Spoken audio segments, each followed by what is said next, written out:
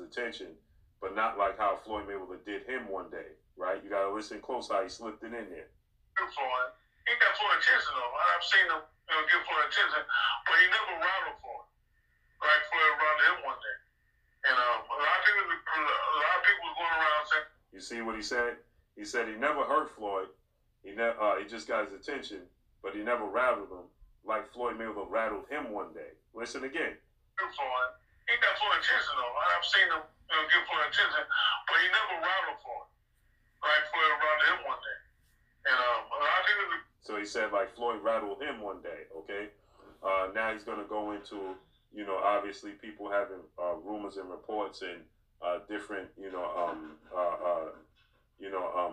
ideas of what took place. Okay, different viewpoints of what took place in the sparring session. A lot of people were going around saying that Floyd was in his butt with this one.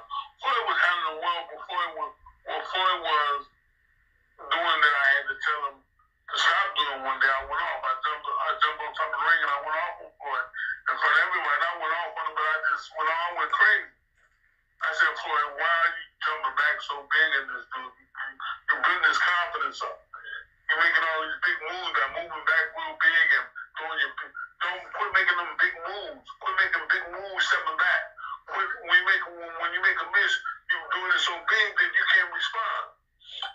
So he's saying that Floyd Mayweather, Errol Spence, he made Errol Spence miss so big that Errol Spence couldn't respond. So he said, fight Errol Spence more in the pocket, essentially is what Nate Jones is alluding to in this conversation, this interview. So he's saying that, Floyd Mayweather, he wanted Floyd Mayweather to stay closer. He said, you're making a miss so big and so cleanly that you can't respond, right? You can't react to what he's doing. You can't deal with him like that. Calm down. Stay in the middle and stay relaxed. I said, start shooting some shit up the middle, man, because his inside open. That's what. So he said, start shooting your punches straight and up the middle and stand right there in the pocket because Errol Spence inside is open. He's leaving himself wide open for these punches. That's what the second round. I said, calm down. Quit pulling on this nigga. Give him more confidence. Not bagging up. And when he go. So he said he was giving Errol Spence confidence, which leads me to believe that Errol Spence was having success.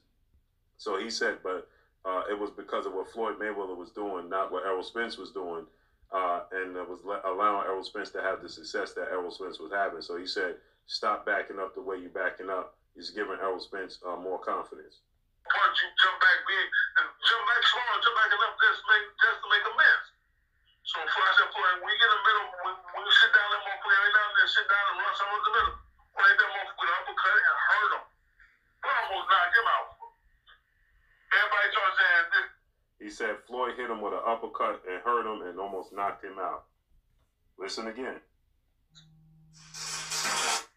So I said, Floyd, when you get in the middle, when you sit down, that motherfucker every now and then sit down and run someone in the middle. When they that motherfucker with an uppercut and hurt him. But almost knocked him out. And those are the words of Blueblood Sports TV via Nate Jones, the pad partner of Floyd, Money Mayweather. And we just heard a breakdown, a long breakdown by Blueblood narrating what Nate Jones was witnessing between Errol Spence and Floyd Money Mayweather. And I'm looking at Nate, and I heard what he said. He almost knocked Errol Spence out in sparring, and I think this is derived from the fact that Errol Spence and his crew and his bandwagon and his fans, this was the first buzz around Errol Spence. A young opponent, a young kid, he had a lot to prove, with the amateur and Olympic pedigree that he had, and he wanted to show Floyd, which was the creme de la creme of boxing, that he was who he is. He wanted to make a point, okay?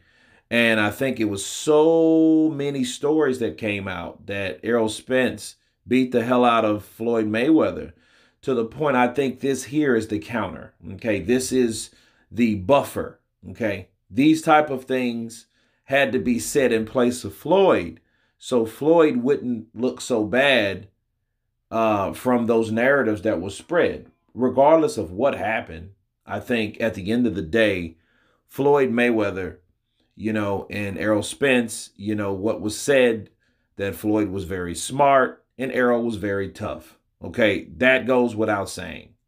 So, I mean, if this is going to go any farther, sure. Episode volume 14, or is it 13?